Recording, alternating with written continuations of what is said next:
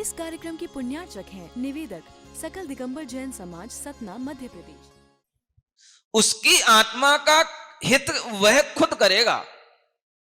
अगर उसे कलेक्टर बनना है तो उसकी योग्यता उसको कलेक्टर बनाएगी। तुम्हारे सोचने से वो कलेक्टर नहीं बन जाएगा। तुम भले ही चाहे उसको कितनी बड़ी बड़ी कोचिंग करा दो, चाहे कितने अच्छे नोट्स दिला दो, चाहे कितने बड़े बड़े उसको कोचर ट्यूटर सब उसके लिए उपलब्ध करा दो, लेकिन उसका हित जब होगा तो उसके ही योग्यता से होगा। और वो योग्यता कहां से आती है? उसके ही अपने कर्म के कारण से वह आत्मा वह योग्यता को प्राप्त करेगा। तो आत्मा का हित करने वाला कौन होता है? अन्य नहीं होता कोई। समझ में आ पा रही बात? अपनी आत्मा का हित कौन करेगा? अपनी आत्मा ही करेगी। जब हित अपनी आत्मा करेगी तो अहित भी अपनी आत्मा ही करेगी। अब भाई तुमने मेरे लिए अहित कर दिया, तुमने मेरे लिए बुरा कर दिया, तुमने मेरे लिए बहुत बड़ी बुराई कर दी, तो बुराई उसने नहीं कर दी, बुराई भी हमारे ही आत्मा में बंधे हुए कर्म के कारण से हमारी आत्मा को प्राप्त हो गई। करने वाला सामने कोई दूसरा निमित्त बन सकता है। तो अहित भी हमारी आत्मा का आत्मा ही करती है और हित भी आत्मा का आत्मा ही करता है। ये बातें अगर हमारे कहीं जहन में उतर जाएं और कहीं हमारे विश्वास में आ जाएं तो कितना अच्छा हो। इन विचारों के माध्यम से ही आप अपने लिए कुछ अच्छा या बुरा जब करने को चलते हैं और आपके साथ में अच्छा नहीं हो पाता या बुरा हो जाता है, तो आप किस पर टूटते हैं? दूसरे पर। लेकिन अध्यात्म क्या कहता है, धर्म क्या कहता है, हमारी अपनी नैतिकता क्या कहती है? हम किसी के लिए कभी भी अगर बुरा सोचते हैं तो बुरा सोचने में हमारे अंदर तो वो बुरे कर्म बंध ही गए। अब जब वो बुरे कर्म हमारे अंदर बंध गए तो वो हमको कभी ना कभी बुरा फल देंगे। इसलिए किसी के लिए न बुरा करो न बुरा सोचो, क्योंकि कर्म आपके अंदर बंध रहे हैं दूसरों के कारण से। और दूसरे को कभी पता ना हो और कुछ उसे पता भी ना हो कि आप उसके लिए क्या योजना बना रहे हैं। ऐसा होता है कि नहीं होता? हम दूसरों के लिए अच्छी अच्छी भी योजना बनाते हैं, बुरी बुरी योजनाएं भी बनाते हैं, और उन योजनाओं का दूसरे के लिए कोई पता भी नहीं है, लेकिन उन योजनाओं को बनाते हुए आपके लिए अच्छे या बुरे कर्म का बंध तो होगा ही। इसलिए आपकी आत्मा का जब कभी कोई अहित होगा तो फिर आप कहोगे हमने तो कभी किसी की बुराई की नहीं थी, अब हमारी बुराई क्यों हो रही है? तुमने बुराई नहीं की थी, कब नहीं की थी? कल नहीं की थी, 2-4 दिन पहले नहीं की थी। जन्म से लेकर के अभी तक तुम्हें पता है तुमने कभी किसी की बुराई नहीं की? चलो वो भी याद कर लिया, हां जन्म से लेकर अभी तक भी हमने किसी की बुराई नहीं की। अब इससे पहले भी कुछ था कि नहीं,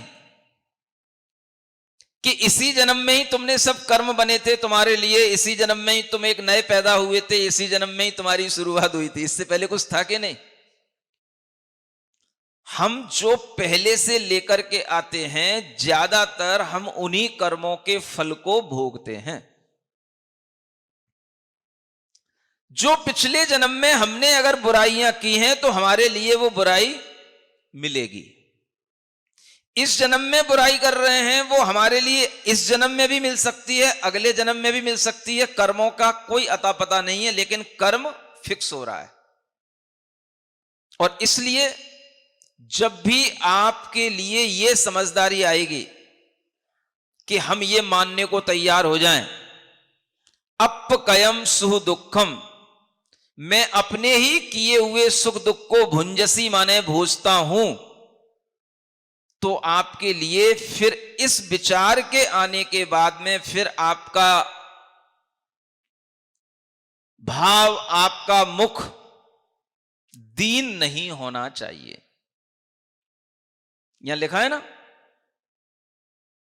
तो कीस दीन मुह हो, तो फिर तुम दीन मुख वाले किस लिए हो रहे हो? जब किसी के लिए कोई दुख मिल रहा है या किसी के लिए कोई बुराई करने वाला मिल रहा है, अगर उसके लिए उसके मुख पर मिलानता आ रही है, यह सुनकर के देखो लोग हमारी बुराई करते हैं, लोग हमारी निंदा करते हैं, हम बहुत अच्छा करते हैं सबके लिए, लेकिन फिर भी लोग हमें घर में कोई भी अच्छा नहीं कहता है, तो आपके अंदर यह विचार आना चाहिए कि हम उस समय पर अपने आप को दीनहीन मिलान मुख वाला करके अपने अंदर निराशा उत्पन्न ना करें। क्या करें? ये मेरे ही कर्म के फल से प्राप्त होने वाला सुख दुख है, जब मेरा ही है तो मैं भोग रहा हूं, दूसरे के बारे में हमें सोचना नहीं है। सुन रहे हो कि नहीं? ये सबकी बातें हैं कि केवल एक व्यक्ति की बातें हैं? सबकी बातें हैं ना, दुनिया के हर इंसान की बातें हैं। सबके साथ अच्छा करने वाले भी लोग मिल जाते हैं, बुरा करने वाले भी लोग मिल जाते हैं, और कभी कभी अच्छा करने वाले भी लोग बुरा कर जाते हैं। जो लोग कभी अच्छा कर रहे होते हैं वो भी कभी कभी बुरा कर जाते हैं, और कभी कभी बुरा करने वाले लोग भी अच्छे बन करके सामने आ जाते हैं। क्या करोगे? अगर आपका फोकस अपनी आत्मा पर होगा, मेरा किया हुआ कर्म ही मुझे सुख और दुख दे रहा है, वो कुछ नहीं कर रहा है, मेरा अहित करने वाला कौन? तो मैंने इस तरह के पहले कर्म किए, मेरी बुद्धि ऐसी बन गई कि मैंने उनसे अपने संबंध बना लिए, इसलिए मेरी आत्मा का अहित मेरा ही कर्म कर रहा है। अगर आपके लिए कोई अच्छा हो रहा है तो भी मेरी आत्मा का हित कौन कर रहा है? मेरी आत्मा ही कर रही है। ये हित और अहित कोई दूसरा नहीं करता। ये विचार अगर हर बच्चे के अंदर आ जाए, हर बड़े के अंदर आ जाए, तो एक दृष्टि पैदा हो जाए, हम दूसरे के लिए कितना कर सकते हैं, क्या कर सकते हैं। अपना अहित हमारा ही आत्मा सोच लेता है, और जो पहले किए हुए कर्म हैं उसी के कारण से वह आत्मा अहित की दशा को प्राप्त हुआ है। तो आप अपने आप में संतुष्ट भी रह सकते हैं, यह विचार करके कि यह मेरा ही किया हुआ कर्म का कार्य है, कोई दूसरा इसमें नहीं लगता है। लेकिन यह विश्वास आता नहीं है। ये इस विश्वास को आने में बहुत समय लगता है। राजा श्रेणिक जब मुनि महाराज के समक्ष बैठा बैठा अपने पूर्व भव सुन रहा था, तो अपने पूर्व भव में सुनते सुनते उसने ये भी सुन लिया कि मैं पूर्व भव में राजा था, मेरा एक मित्र था, और जब मैं खुद राजा बन गया तो क्या हुआ, मेरा मित्र दीक्षा ले लिया, सन्यास धारण कर लिया। अब देखिए इसमें कौन किसके लिए कारण बन रहा है। इधर वो सन्यास भी धारण कर लिया, और इसके लिए कारण कौन बन गया? तो उस सुषेण मित्र के लिए राजा सुमित्र कारण बन गया, क्योंकि उसे यह भय हो गया कि अब ये और ज्यादा हमारे लिए आताताई हो जाएगा। तो उसके चंगुल से बचने के लिए वो वहां से निकल गया। अब उसके अंदर एक धारणा तो बनी हुई है कि ये हमारे लिए अच्छा नहीं है। देखना धारणाएं कैसे काम करती हैं। ये हमारे लिए अच्छा नहीं है, ये धारणा तो अब उसने मुनि तो बन गया, साधु तो बन गया, लेकिन ये धारणा ये जो भीतर पड़ी है ये कहां निकली और कैसे निकलेगी? जो हम दूसरों के लिए सोचते हैं, हम समझते हैं कि हम बिल्कुल सही सोच रहे हैं, लेकिन दूसरा आपके लिए जब सोचने बैठता है तो आप वैसा नहीं सोच पाते हैं जैसा दूसरा आपके लिए सोच रहा होता है, लेकिन आप उसके बारे में वैसा ही सोचेंगे जैसा अपन ने पहले सोच रखा है। इसलिए कहा जाता है दूसरों के बारे में कभी अपनी कोई सोच बनाना ही नहीं चाहिए। अरे पहले अपने बारे में तो अपनी सोच बना लो। दूसरा क्या गलत होगा, क्या अच्छा होगा, उससे पहले यह सोचो कि हमारे साथ क्या गलत हो रहा है, क्या अच्छा हो रहा है, उसके जिम्मेदार हम हैं। ये नहीं सोच पाते हैं और हम दूसरे के लिए सोचने लग जाते हैं, और सोचते सोचते सब कुछ हो जाता है। अब वो जो सुषेण था, साधु बन गए, तपस्या करने लगे। इधर राजा सुमित्र को जब पता पड़ा कि मेरे मित्र का क्या हाल हुआ, तो उसे पता पड़ा कि वो साधु बन गया। तो उसे बड़ी प्रसन्नता हुई कि वो साधु बन गया। तो वह उनके पास में गया और उनके पास पहुंच करके उनका अभिवादन किया और कहने लगा, मित्र आपने क्या काम कर लिया, इतना बड़ा काम, हमारे साथ खेलते रहे और कभी बताया नहीं। अब वो उस समय पर क्या बोले कि ये काम का कारण कौन है किसकी वजह से कर लिया। कोई बात नहीं, अब जो हो गया वो तो अच्छा हो गया। तो आपने अब इतना बड़ा काम कैसे कर लिया और इतनी बड़ी तपस्या करने का मन क्यों बना लिया? अरे भाई, अब इसके बिना और कोई संसार में सुख का रास्ता है नहीं है, इसलिए मुझे लगा कि मैं अपनी आत्मा को सुख देने के लिए, अपनी आत्मा का कल्याण करने के लिए, इससे अच्छा कोई हमारे लिए विचार नहीं लगा, तो मैंने यही कार्य करना स्वीकार कर लिया। तो राजा प्रसन्न हुआ, भाई आपने बड़ी हिम्मत का काम किया, बहुत अच्छा काम किया। मैं चाहूंगा, मेरी भावना है कि एक दिन आप हमारे राजमहल में आए और आपका भोजन वहीं पर हो। मित्र का और क्या काम होता है तो उस मित्र ने, राजा मित्र ने अपने मित्र को इनवाइट किया कि अब एक दिन ऐसा हो जाए कि आपका भोजन हमारे राजमहल में हो जाए। बड़ी प्रसन्नता होगी, हमें अच्छा लगेगा। अब जो आप अपनी आत्मा के कल्याण के लिए कर रहे हैं वो तो अच्छा है ही है, हम उसमें कोई व्यवधान नहीं बनना चाहते हैं, लेकिन हमारी एक भावना है। तो वह जो सुषेण मुनिराज थे, अब वो कहते हैं, राजन ये काम अब तुम्हारे कहने से तो होने का नहीं। नहीं समझ आया? कहने का मतलब, तुम कहोगे तो हम तुम्हारे घर कभी नहीं पहुंचेंगे, क्योंकि मुनि महाराज निमंत्रण को स्वीकार करते नहीं है, चलते अपनी इच्छा से हैं। यह बात अलग है कि हम चलते चलते तुम्हारे घर तक पहुंच जाएं और हार हो जाए तो बात अलग है, लेकिन तुम कहोगे तो नहीं होगा। समझ में आ रहा है कि नहीं? कई लोग कहकर के भी गलती कर जाते हैं और कहे बिना उनका मन मानता नहीं है। जब आप कह देते हो तो समझना कि आपके लिए वो टाइम और बढ़ गया क्योंकि वो कदम अगर रुकने भी होंगे तो अब नहीं रुकेंगे। अब वो राजा सुषेण, राजा सुमित्र के लिए इतना भाव तो आ गया कहने में, और वो कह करके चला गया। उसके मन में एक भावना प्रबल आ गई कि इनका आहार तो हमारे यहां ही होना चाहिए, और उसे पता है कि ये इस शहर के आसपास हैं तो इस शहर में आएंगे ही, आएंगे तो हमारे यहां आएंगे ही। अब वो राजा है तो उसने इस बात के लिए एक शहर में घोषणा करवा दी। देखो, जब भी कभी वह मुनि महाराज आहार लेने के लिए आए, उन्हें कोई भी आहार मत देना, कोई भी उनका पड़गान मत करना। अपने आप वो राजमहल के पास आएंगे तो उनका पड़गान हमारे यहां हो जाएगा, हम ही उनको आहार कराएंगे। अब प्रजा तो प्रजा है, राजा की बात को मानना प्रजा का कर्तव्य है।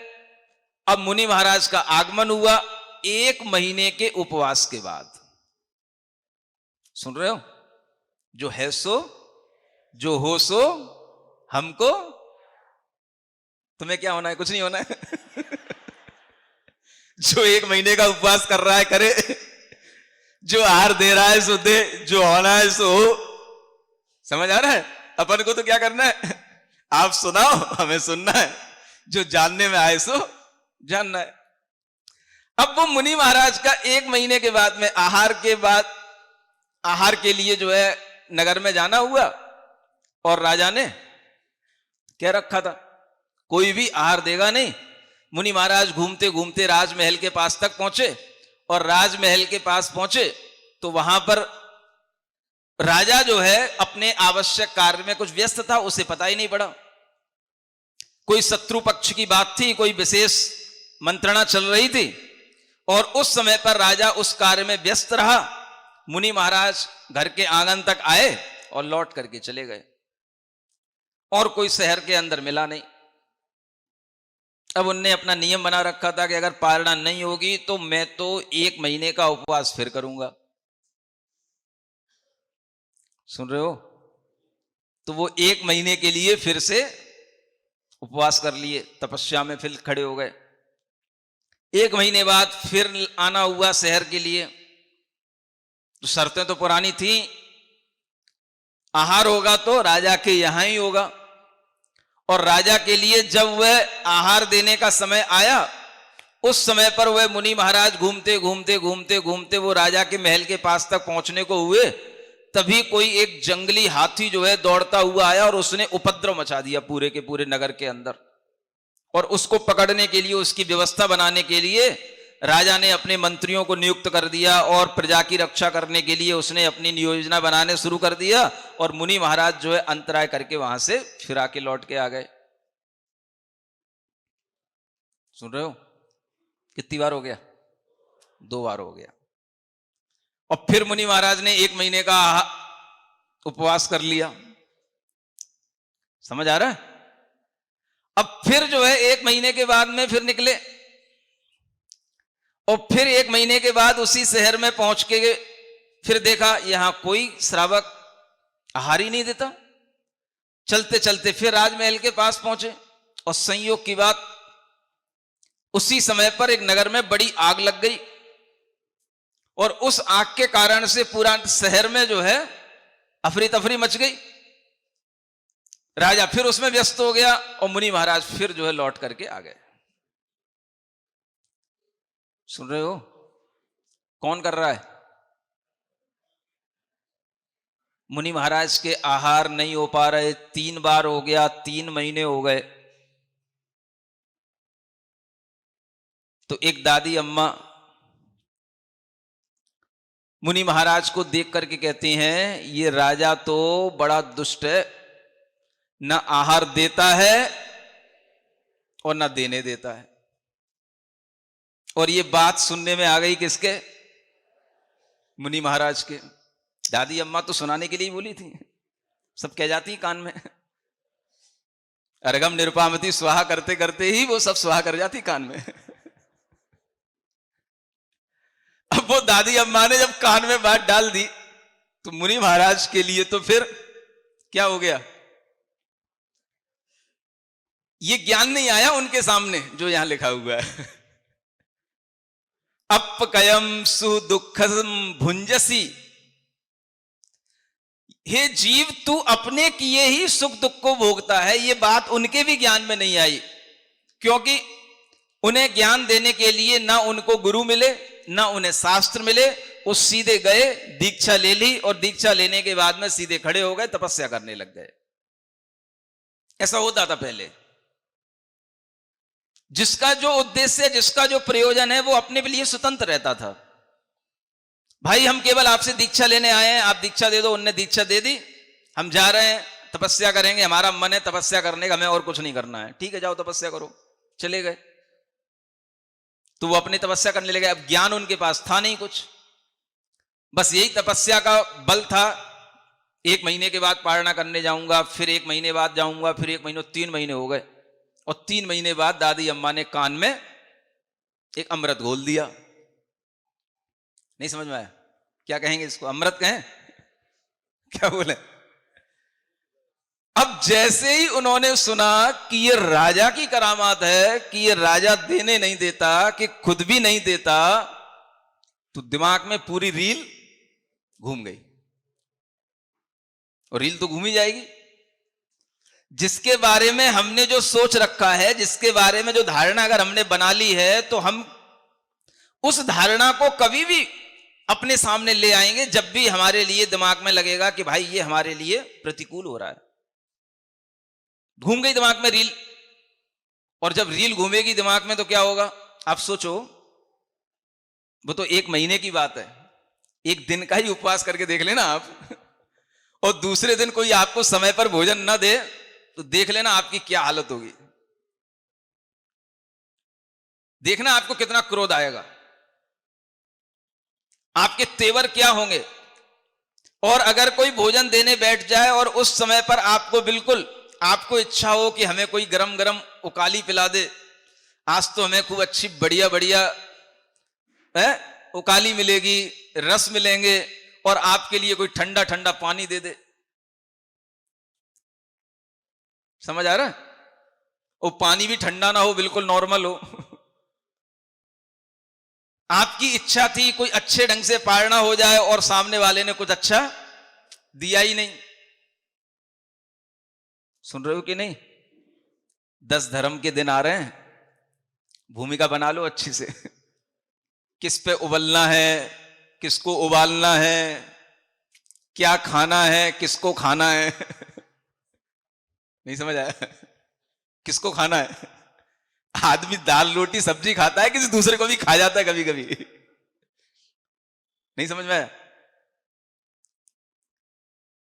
जब आप दूसरे पर उबलते हो तो आप उबला हुआ सामने जो पानी है उसको पी रहे होते हो कि दूसरे पर उबल रहे होते हो? समझ आ रहा है? जब आप सोच रहे होते हो कि ये मुझे क्या खिला रहा है, और उस समय पर आप खाने वाली चीज खा रहे होते हो, सामने वाले को खा रहे होते हो। और आप तो आप ही हैं। अगर आपकी मनचाही पत्नी ने मनचाहा आपको न परोसा हो तो आपकी स्थिति क्या होगी? क्या समझ में आ रहा है? क्या होगी आपकी स्थिति? आप कुछ भी कर सकते हो उस समय पर, उसके ऊपर उबल भी सकते हो, उसको बिल्कुल जला भी सकते हो, उसको खा भी सकते हो। कभी कभी कहा जाता ना, ये तो मुझे खाने को दौड़ रहा है। नहीं समझ में आया? तभी दौड़ते तो हो गए खाने के लिए, तभी तो कहा जाता है ना। ये कहावत गलत तो नहीं हो गई? ये मुझे खाने को दौड़ रहा है, खाने को दौड़ रहा है मतलब बोलो तो। इतने भोले बन के बैठ जाते हो यहां जैसे कुछ जानते ही नहीं हो। क्यों पटवारी, समझ में आ रहा है ना? ऐसा अपने साथ भी होता है कि नहीं?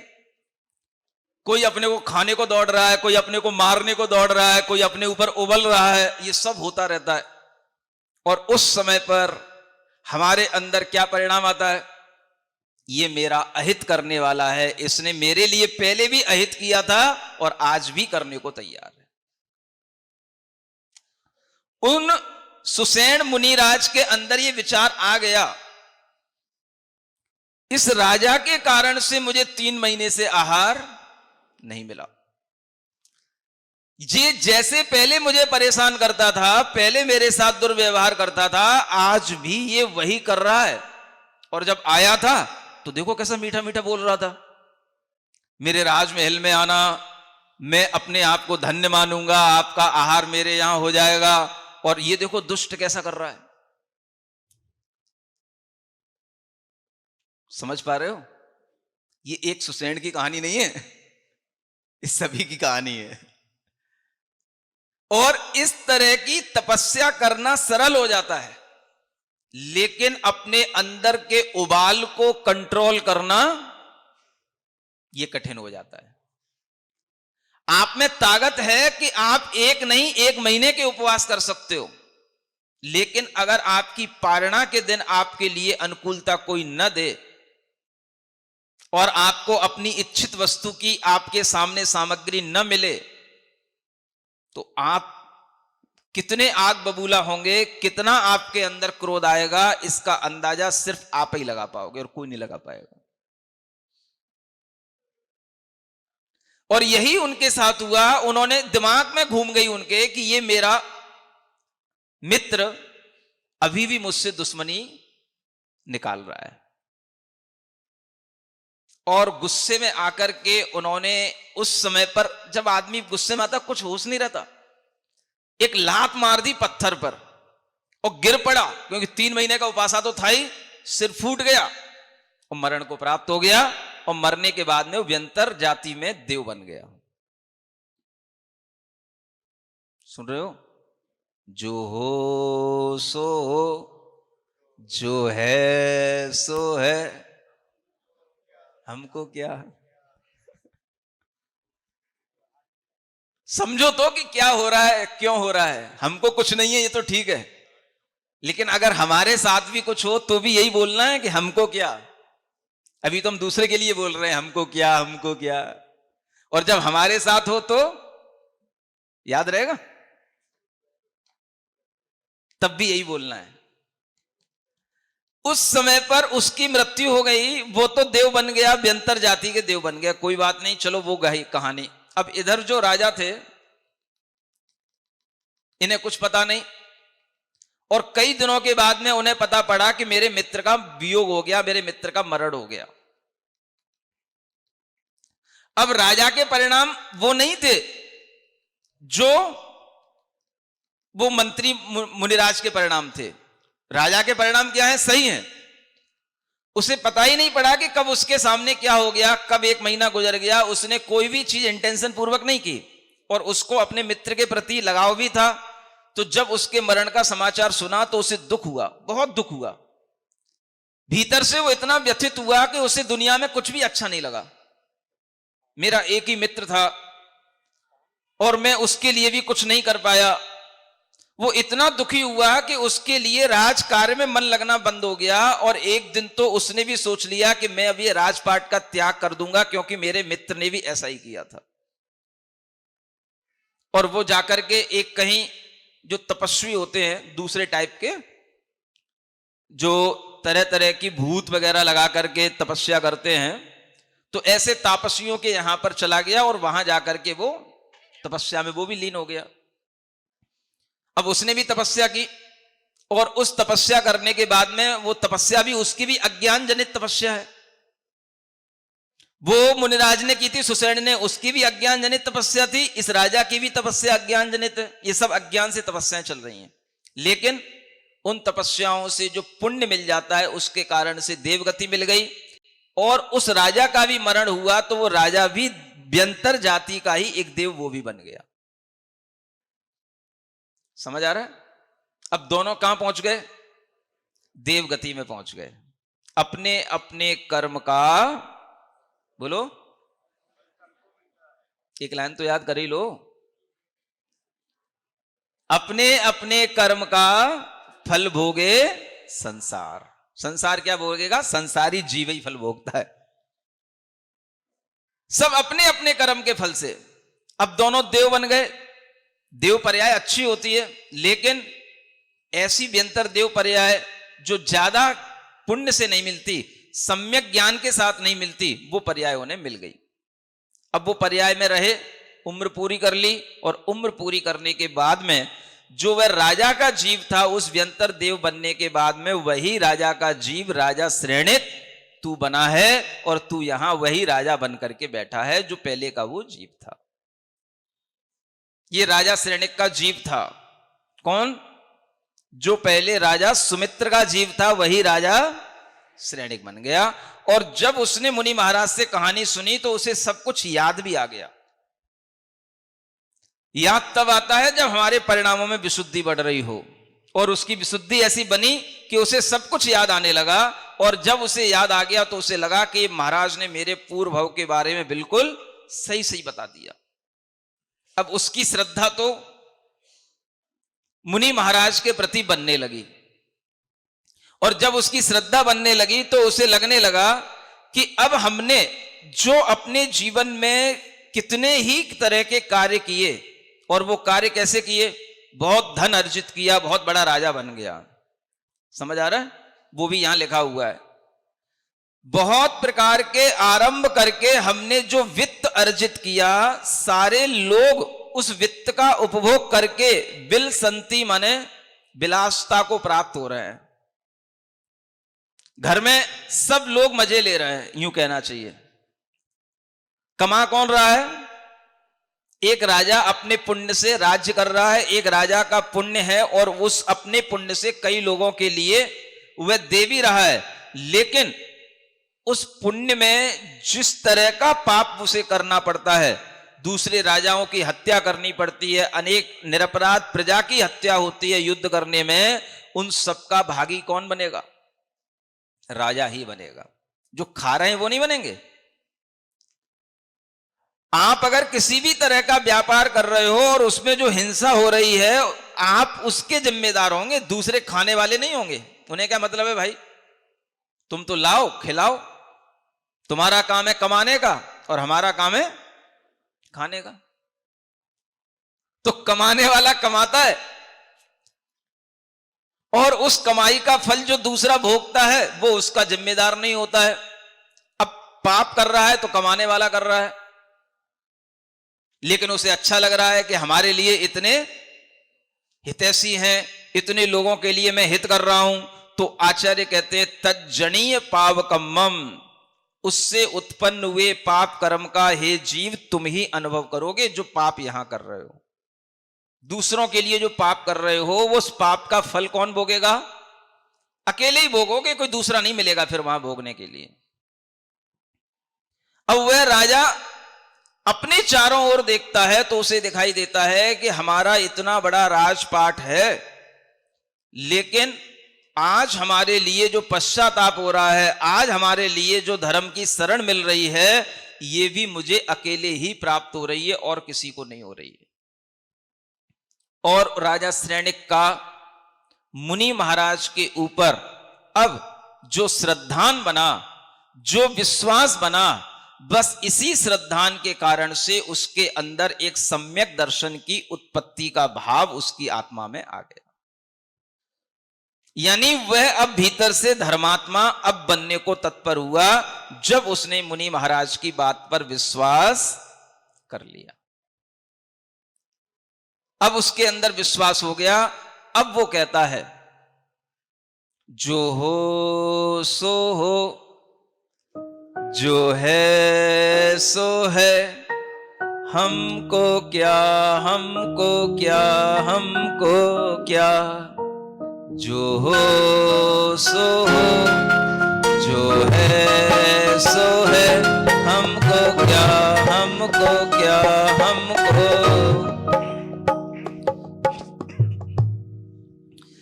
जन्म सुनिश्चित मरण सुनिश्चित, जन्म सुनिश्चित मरण सुनिश्चित, कर्मों का फल मिलना निश्चित, कर्मों का फल मिलना निश्चित।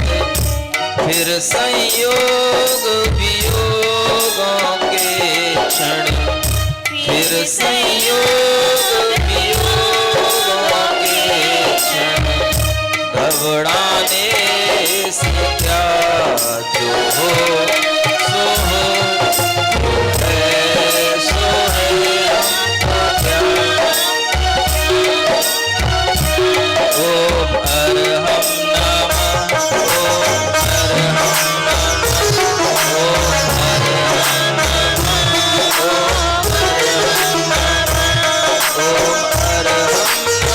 ओम अरहम नमः, ओम अरहम नमः,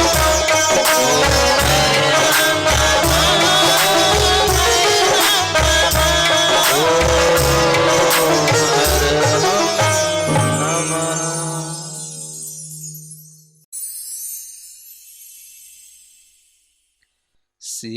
श्रीजिणवाणी जग कल्याणी, जग जन मदतम मोहरी। जणमण हारी गढ़हर हारी, जम जरा भव रोग हरी। तिथ्य राणम दिव्य झुणिम जो पड़ई, सुणई मय्ये धारई।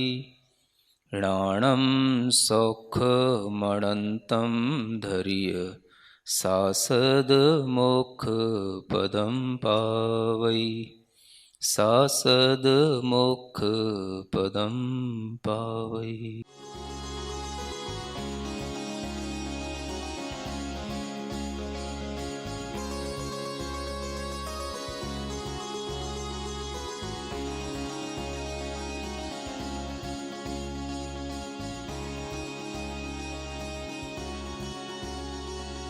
इस कार्यक्रम के पुण्यार्चक थे निवेदक सकल दिगंबर जैन समाज, सतना, मध्य प्रदेश।